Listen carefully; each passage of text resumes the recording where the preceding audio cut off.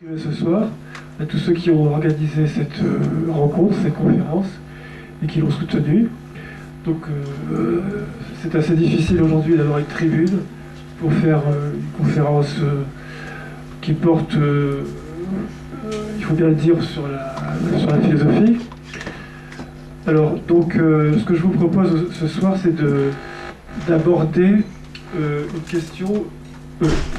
une question que j'ai qui a fait l'objet de ma thèse, en fait, ma thèse de philo. Et donc ce soir, je vous propose un résumé que j'espère assez accessible, des idées que j'ai développées dans ma thèse. Voilà, pour la présentation. Alors donc, effectivement, on va aborder ce soir la question de l'idéologie de la science. Voilà, c'est le sujet de la conférence. Donc, au premier abord, tout le monde s'accorde à dire que la science n'est pas idéologique, car l'idéologie s'occupe de valeurs, alors que la science s'occupe de vérité. En effet, l'idéologie évalue le bien de l'homme, le bien moral, social ou politique, tandis que la science cherche à expliquer les réalités empiriques en excluant toute interférence morale. Mais la science aujourd'hui ne prétend-elle pas, elle aussi, dire le bien de l'homme quand elle considère que tout frein moral au progrès de la science est contraire au bien de l'homme? De ce point de vue, la science exclusive est idéologique car elle exclut de sa logique propre toute orientation morale, générant ainsi un vide moral permettant toute instrumentalisation et toute récupération par les forces au pouvoir et les oligarchies. On en vient ainsi, au nom de la lutte contre l'ignorance, à rejeter toute direction morale pour ne pas freiner la science et à laisser triompher finalement les plus mauvais instincts qui, pour parvenir à leur fin, se revendiquent bien sûr de la science. Voyez par exemple vers quelle déliquescence on se dirige avec la tristement célèbre théorie du genre. Et voyez aussi comment l'économie néolibérale est devenue une science. Cette idéologie triomphante du progrès de la science tous azimuts, que rien ne semble pouvoir arrêter, est ainsi devenue un dogme quasi planétaire. Vous avez déjà eu certainement cette impression que les actualités politiques se suivent et se ressemblent dans les grands médias. Et effectivement, elles se ressemblent car elles reposent toutes sur ce postulat, ce présupposé, que le monde démocratique de la science libre lutte pour le bien de l'homme contre la tyrannie du monde asservie par les traditions, religieuses notamment, et musulmanes en particulier. Ce présupposé de la science libre est ainsi devenu un dogme universel, mais un dogme qui ne dit pas son nom. Heidegger, le premier, a contesté ce dogme de la science libre en déclarant à Fribourg, en 1952, que les sciences ne pensent pas, elles calculent. Effectivement, les sciences ne font qu'appliquer un modèle philosophique hérité des Grecs, un modèle qu'elles n'interrogent jamais et qu'elles ne pensent pas. Mais alors, si les sciences ne pensent pas, comme l'affirme Heidegger, leur progrès n'est donc pas celui de la pensée, et n'est donc pas non plus celui de l'homme et du bien de l'homme. Puisque le propre de l'homme, c'est de penser. Descartes, lui, affirmait dans le discours de la méthode que l'objet de la science et de se rendre maître et possesseur de la nature. Si on recoupe cette affirmation avec celle de Heidegger, on peut conclure alors que la science moderne est une mécanique intellectuelle qui ne pense pas, une mécanique aveugle, avide de possession et de domination, qui tend à faire de la nature et du vivant une mécanique aveugle, une causalité sans finalité. Oui, c'est mieux comme ça. Donc, cette théorie mécaniste de la nature et du vivant, héritée de Descartes, a tellement triomphé aujourd'hui qu'elle est devenue un fait avéré, comme le dit justement le biochimiste Rupert Sheldrake. Ce dogmatisme est devenu totalitaire car plus personne ne s'y oppose, sur le fond. Car s'opposer à la science exclusive, c'est s'opposer à l'absolutisme de la raison universelle.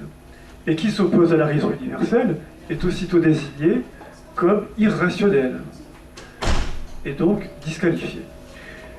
Il n'est pire intolérance que celle de la raison, disait Unamuno, l'écrivain espagnol. Pour autant, il ne s'agit pas d'exclure la raison, mais de l'éclairer, car elle ne peut manifestement pas s'éclairer elle-même, dans sa domination exclusive. Et pour pouvoir l'éclairer, il faut d'abord s'en émanciper. Dès lors, comment s'émanciper de cette mécanique rationnelle, de cet exclusivisme rationnel, de l'empirique, auquel on s'abandonne par souci de sécurité, jusqu'à l'asservissement. Il s'agit d'abord de comprendre pourquoi nous avons une confiance exclusive en la science moderne.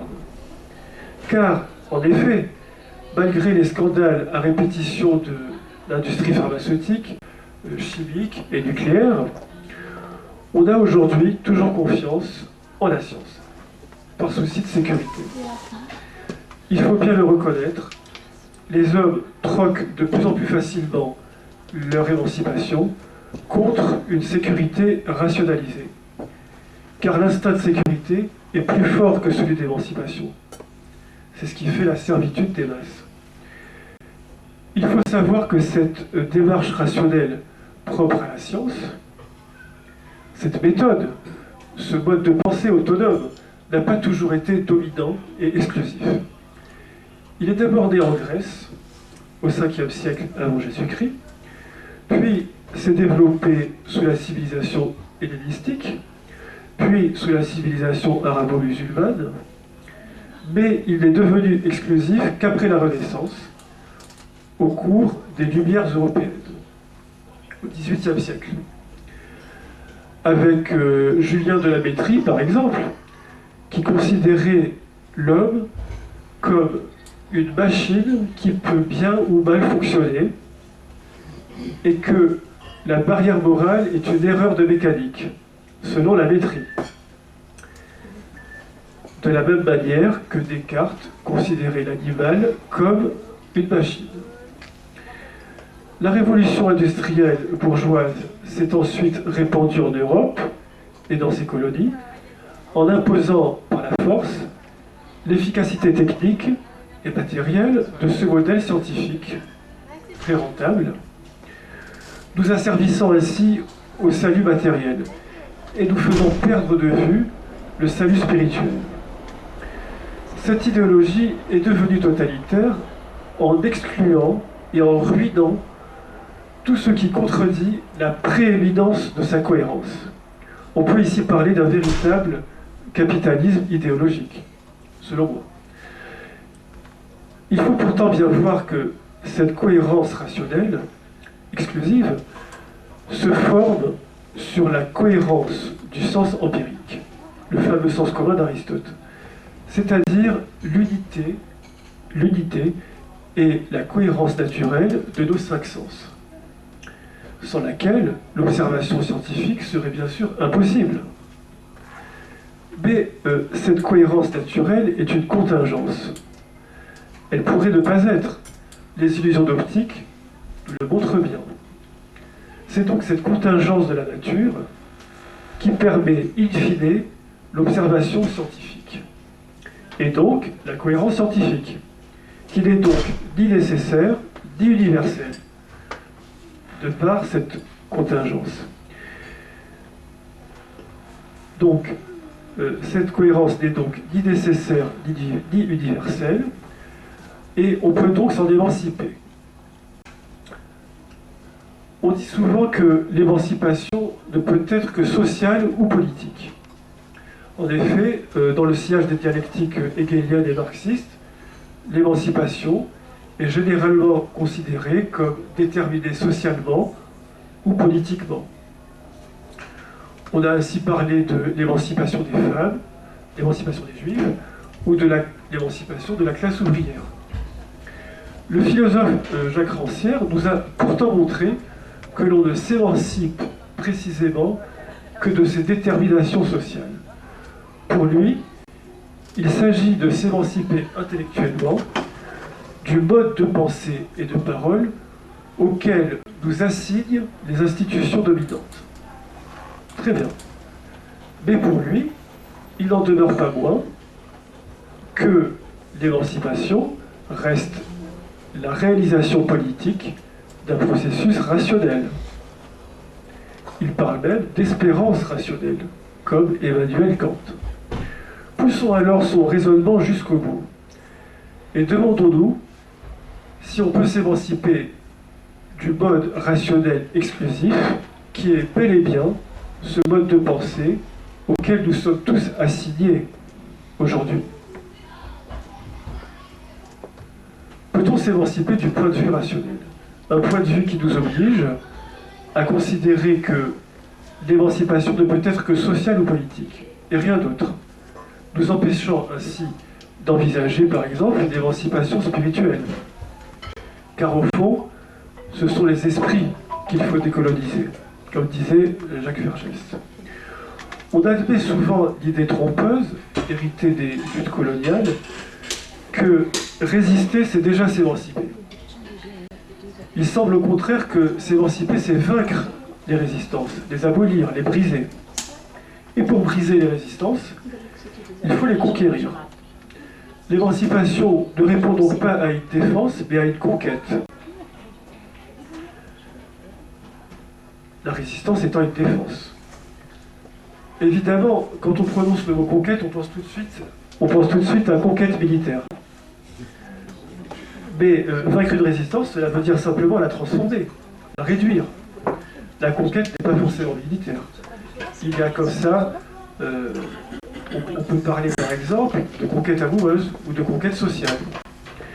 Il y a comme ça certains mots qui portent toute une charge historique qui oriente idéologiquement le sens du mot et son articulation avec d'autres mots. Avec le temps, ces articulations sémantiques orientées finissent par s'imposer et se stratifier dans le langage que nous utilisons tous les jours. Si bien que l'articulation sémantique de nos pensées est déjà orientée avant même que nous commencions à penser. Que faisons-nous au fond lorsque nous essayons de comprendre rationnellement? Eh bien, nous essayons simplement de plier l'expérience sensible aux articulations sémantiques préorientées. Et si nous n'y parvenons pas, nous disons que le sensible résiste, et nous passons parfois à un acte brutal. Et justement, ce n'est pas le sensible qui résiste, ce sont plutôt ces articulations sémantiques préorientées. Réorienter ces articulations serait donc le début de l'émancipation. Ainsi, au lieu de considérer par exemple l'émancipation comme résistance à une conquête, nous l'envisagerions plutôt comme conquête de résistance. S'émanciper, c'est donc transformer les résistances sémantiques qui forment le sens de l'objet. C'est donc une conquête sémantique. Je distingue donc deux pensées, deux logiques inverses. La logique qui cherche une explication rationnelle à tout et à l'infini, et la logique qui cherche à s'émanciper sémantiquement de l'enchaînement rationnel sans issue. La première logique, la logique rationnelle, tente de saisir le sens objectivement et de le fixer en vérifiant la conformité aux articulations sémantiques préorientées, selon un instinct vérificateur, un sens de la vérité qui n'est au fond qu'un sens de la sécurité, comme disait Nietzsche. Cette logique rationnelle est donc une logique sécuritaire, une logique implacable qui vise un objet qu'elle n'atteint jamais, c'est-à-dire la sécurité parfaite. Une logique morbide qui tue dans l'œuf l'idée même de s'en émanciper. Une logique devenue universelle car procédant de l'instinct de sécurité, qui est universel. Cette sécurité exclusive aveugle est au fond le dernier visage de la raison, qui, n'étant pas éclairé, nous mène au chaos. Toutes les dissidences du monde sont écrasées tôt ou tard par la prééminence de la raison universelle et de son impératif sécuritaire. Une sécurité qui ne bénéficie finalement qu'à une minorité, par exemple la sécurité d'Israël. La seconde logique, la logique émancipatoire, cherche au contraire à s'émanciper de l'objectivité sémantique auquel nous sommes soumis, en transformant les résistances sémantiques qui fixent le sens de l'objet. Dans cette perspective, il ne s'agit plus d'articuler le sens autour de la sécurité objective, mais autour du sens de notre émancipation subjective. Le centre de gravité sémantique, le sens de la vérité, doit donc être déplacé de l'objet vers le sujet. Hegel disait dans sa préface à la phénoménologie de l'esprit que la vérité est plus du côté du sujet que de l'objet. Je dirais même que la vérité est sujet émancipé, car il n'y a de vérité que celle qui émancipe. La vérité n'est donc pas objet de connaissance. Le sujet doit donc être lui-même vérité morale, pour devenir émancipé. Émancipé de tout ce qui l'assujettit, car le sujet, comme son nom l'indique, est toujours assujetti. Assujetti à une souveraineté symbolique ou politique, ou tout simplement assujetti à la souveraineté de la nature, qui nous fait naître et mourir. Le sujet est ainsi assujetti à un souverain qu'il ignore souvent et auquel il résiste, par instinct de sécurité. Et il y résiste d'autant plus que ce sont justement ces résistances qui forment le sujet. Notre émancipation ne répond donc finalement pas à une dialectique sujet-objet, qui remonte à Socrate, mais plutôt à une dialectique sujet-souverain. Seule dialectique émancipatrice selon moi. Car le sujet aspire à ne plus être sujet, précisément, à ne plus être assujetti, à être souverain, ou du moins à se fondre dans la souveraineté divine, au bout du compte. De ce point de vue, Lacan avait tout à fait raison de dire que le sujet est une suture d'un manque à être. J'ajouterai simplement d'un manque à être souverain. Certains, comme Théodore Adorno, pensent que le sujet est émancipé lorsqu'il est reconnu dans toute son activité. Mais même dans ce cas, il est encore assujetti à la mort. C'est donc seulement en devenant souverain, ou du moins en participant de la souveraineté, que le sujet s'émancipe. Cette notion de sujet est ainsi un objet sémantique duquel il faut s'émanciper. Il y a donc de vérité que celle qui nous émancipe. Il y a donc de vérité que celle qui nous émancipe du sujet et qui nous rend souverains. La vérité n'est donc pas scientifique, car elle n'est pas réfutable, comme disait Karl Popper. Elle n'est pas une théorie qu'on applique pour éventuellement la corriger.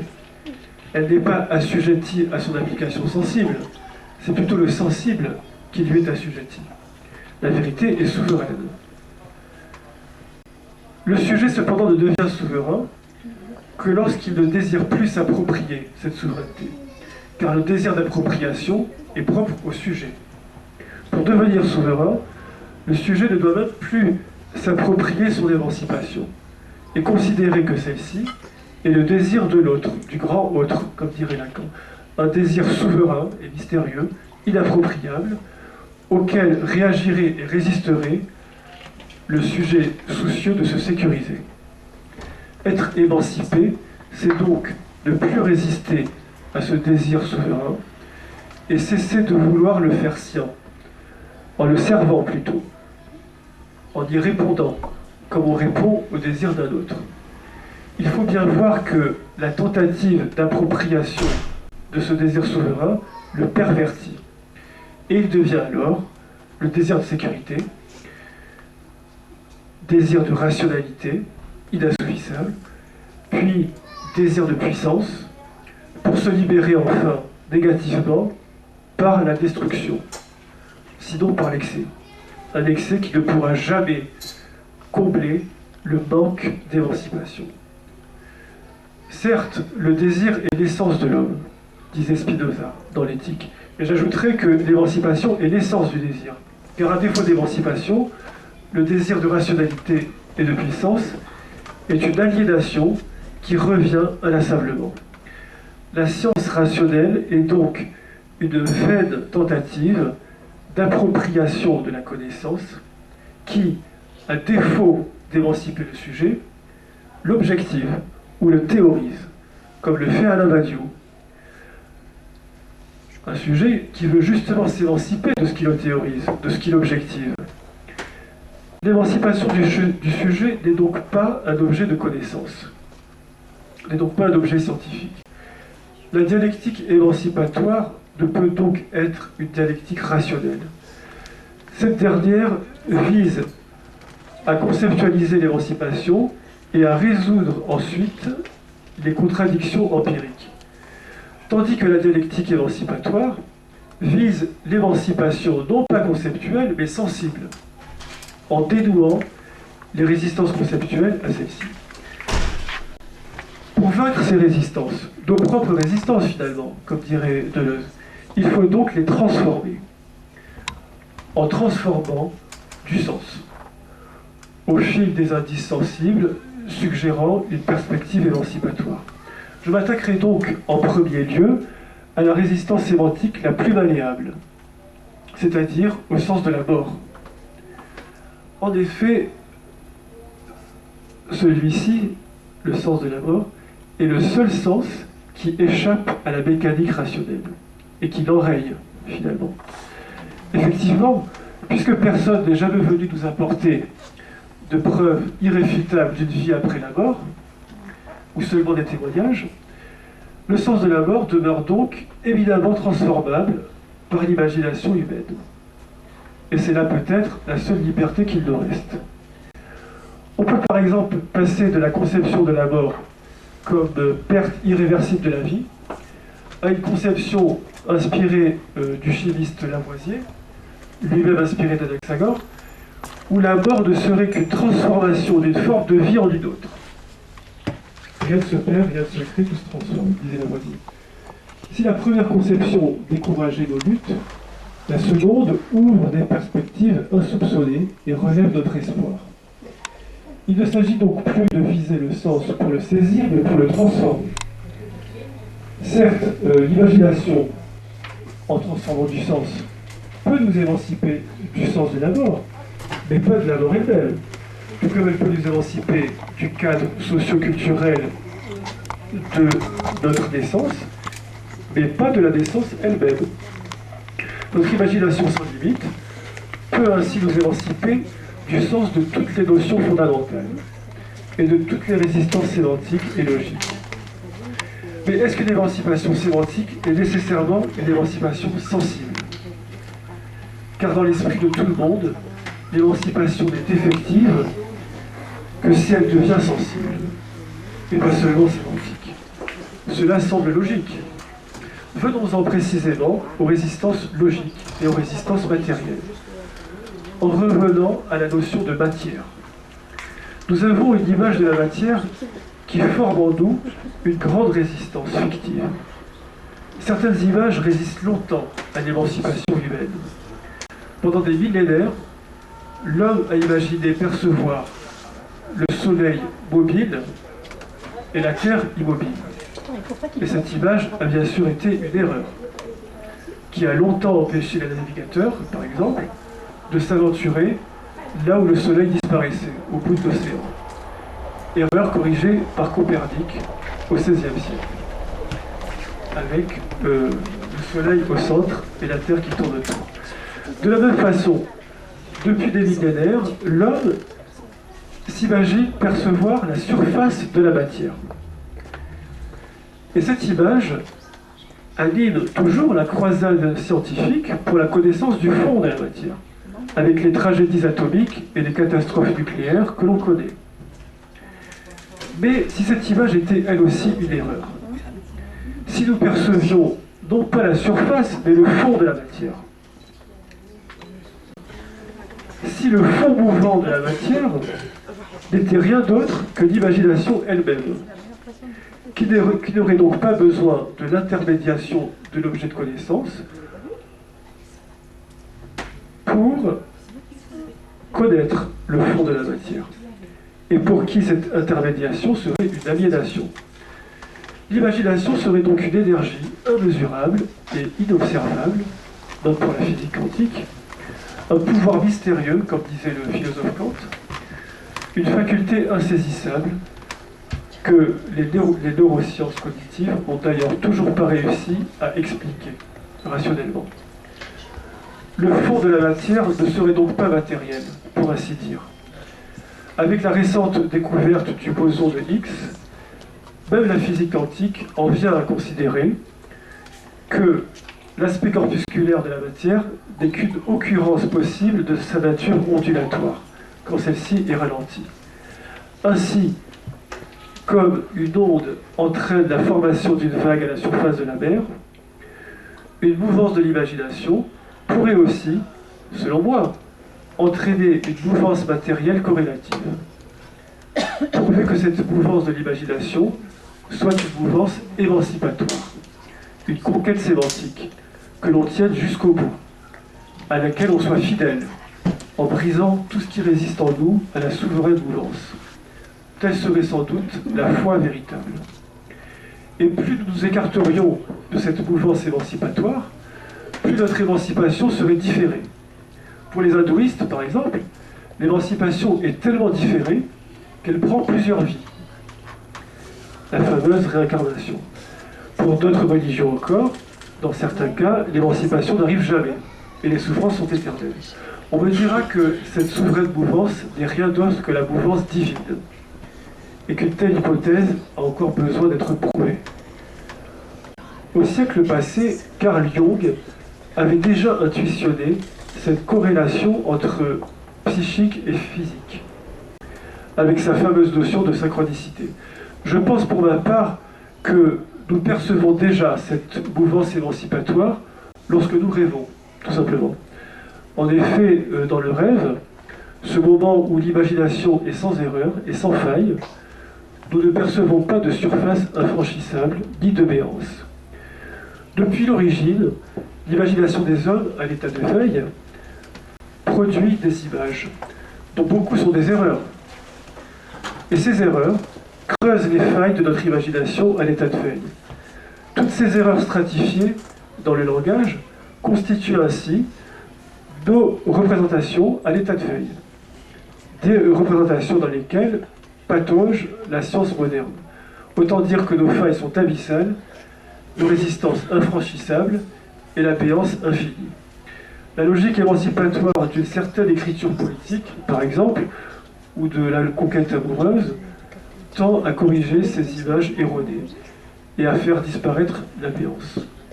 D'aucuns ont remarqué qu'une rupture amoureuse rouvre douloureusement la béance. Un seul être vous manque et tout est dépeuplé, disait Lamartine.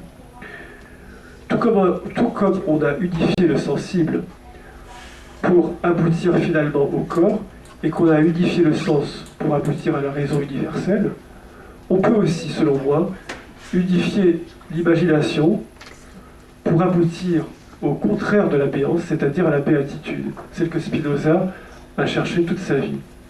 On me demandera encore les preuves matérielles d'une telle logique émancipatoire. De nouveau, une résistance logique, qui porte ici sur la notion de preuve. Quand on demande des preuves matérielles, on suppose qu'elles ne soient perceptibles que par nos cinq sens. Le philosophe Kant a pourtant montré qu'il y a un autre sens, qu'il a appelé le sens interne, celui qui nous fait percevoir le temps, ou la durée, comme disait Bergson. Et ce sens très subtil, encore mal ou peu connu, comme d'autres sens encore peut-être, pourrait nous faire percevoir sans doute aussi l'éternité du temps, et l'éternité tout court. Mais le dogmatisme scientifique ne veut pas en entendre parler. Ce qui n'est pas vérifiable exclusivement par les cinq sens n'est pas selon lui une connaissance valide, opérant ainsi une restriction de la connaissance. Les preuves que l'on réclame sont donc perceptibles si tous les sens sont reconnus. La science ne reconnaissant que les cinq sens, elle ne peut donc recevoir les preuves qu'elle réclame. Ainsi, la science ne reconnaît pas l'hypothèse de résonance morphique du biochimiste Rupert Sheldrake, qui ouvre pourtant l'élucidation de la morphogénèse et de certains phénomènes comme la persistance de souvenirs après l'ablation d'une partie du cerveau. Alors, l'objectivité scientifique est donc un parti pris, car tout comme l'objet de connaissance est le résultat d'un processus d'objectivation produit par le sujet, comme l'a montré Kant, le sujet, lui, selon moi, est un processus de subjectivation produit par le souverain. L'objectivation est donc subjective. Et là où le sujet voit des résistances objectives, le souverain n'y voit que des résistances subjectives, plus ou moins abstraites, à conquérir sémantiquement. Dans la logique objective, on fait varier une expérience jusqu'à fixer la représentation conceptuelle qu'on veut en tirer, pour nous abstraire du sensible tumultueux. Mais plus on s'abstrait du sensible, plus on arrive au vide. La logique émancipatoire vise au contraire à dénouer nos représentations conceptuelles jusqu'à entraîner une variation émancipatrice de l'expérience de la vie. Pour revenir au sensible, scellé par le sens abstrait. Un sensible subtil, non restreint aux cinq sens, et surtout non assujetti à eux. Certes, la lumière de la raison règle nos actions, mais la lumière de l'émancipation nous permet d'y voir leur vanité. Ce sont deux logiques du sens. La première est à connaître, vainement, et la seconde est à créer, comme un artiste crée une œuvre. Sauf qu'à la différence de l'artiste, on ne peut pas montrer son émancipation à autrui, ou la démontrer, ou la prouver. On peut simplement la lui suggérer. La cohérence rationnelle est ainsi une cohérence du sens particulière qui se veut parfaite, mais qui n'atteint une cohérence parfaite que par la cohérence du vide. Et c'est tellement vrai que le grand philosophe Alain Badiou, qui est toujours vivant, considère l'ensemble vide comme la plus simple expression rationnelle de l'être, dont l'étendue ne serait qu'une infinie multiplicité de cet ensemble vide. Ainsi, croire en la rationalité, c'est au fond croire à l'ensemble vide, en tout cas selon Badiou. C'est donc croire au vide. C'est donc un nihilisme radical. Mais en réalité, nous ne croyons pas au vide. La nature humaine a horreur du vide. Nous croyons à ce qui masque le vide. Et ce qui masque le vide aujourd'hui, il faut bien le dire, c'est le billet de banque.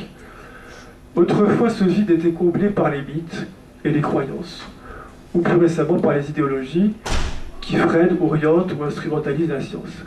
Aujourd'hui, c'est l'argent qui masque le vide sans le combler. C'est un nihilisme marchand qui se développe dans un vide moral généré par la raison exclusive.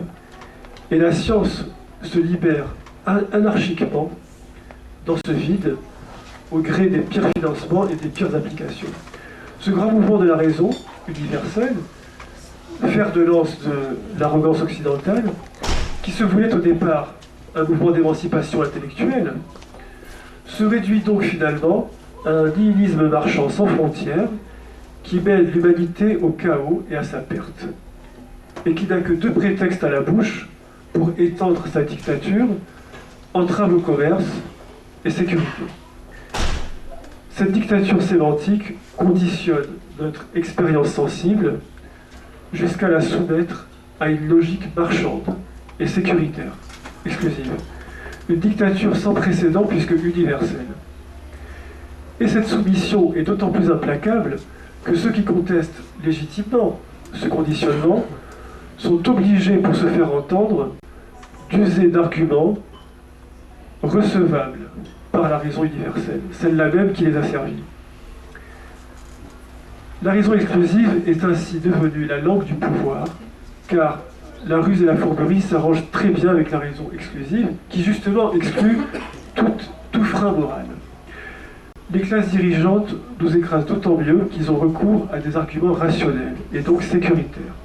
Le prétexte de la sécurité devient aujourd'hui la justification d'un régime de terreur intellectuelle, et de terreur tout court, et pas seulement en Palestine. Sécurité partout, confiance nulle part. Quant à ceux qui tentent de détruire physiquement ce totalitarisme scientifique, cela a pour seul résultat le perfectionnement des dispositifs de surveillance et de sécurité déjà redoutables. La science exclusive est donc la dernière idéologie qui s'effondrera sur le vide moral qu'elle génère quand l'argent ne pourra plus masquer ce vide. Au vu de la profonde crise monétaire actuelle, on peut craindre que ce soit pour bientôt. La science s'acharne fanatiquement à réduire l'homme à sa définition scientifique, pour saisir la vérité, pour la posséder, en dépit du chaos néolibéral qu'elle engendre. Mais ce n'est pas l'homme qui saisit la vérité, c'est la vérité qui saisit l'homme. À chaque rupture épistémologique, celle de Copernic par exemple, la logique émancipatoire a montré le bout de son nez. Il s'agit donc maintenant d'adopter pleinement cette logique. On me dira, mais quel en est le principe moral ou politique? Emmanuel Kant considérait qu'il y a une loi morale fondée en raison, qui se formule ainsi: agis comme si tu voulais que la maxime de ton action puisse valoir comme loi universelle. Force est de constater que cette utopie a fait long feu, puisqu'aujourd'hui c'est l'argent la loi universelle. Je vais vous proposer pour finir une autre loi morale. Agis comme si tu voulais que ta perspective d'émancipation suggère à autrui la sienne, et inversement. L'homme se réalise donc politiquement, selon moi, par ce qu'on pourrait appeler la co-émancipation. Merci.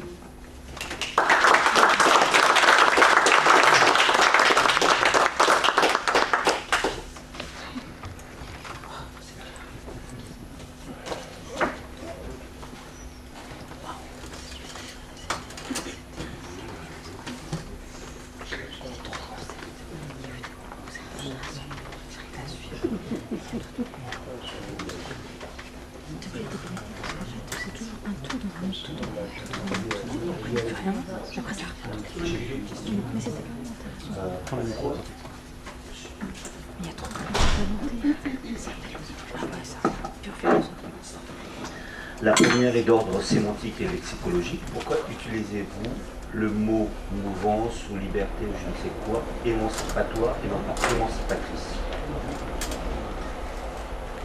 Oui, en fait... Et la deuxième, pour terminer comme ça, vous avez utilisé à un moment donné le schéma du sujet et du souverain.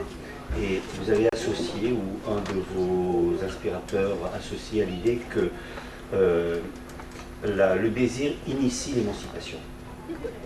Alors, vous avez fait part aussi des cultures orientales. Pourquoi ne prenez-vous pas l'exemple des ascètes ou de ces anachorètes dans le désert qui, justement, pour s'émanciper, évitent justement le désir? Pourquoi n'y avez-vous pas fait référence? Oui, effectivement, pour les bouddhistes, l'émancipation, c'est l'extinction de tous les désirs. Voilà.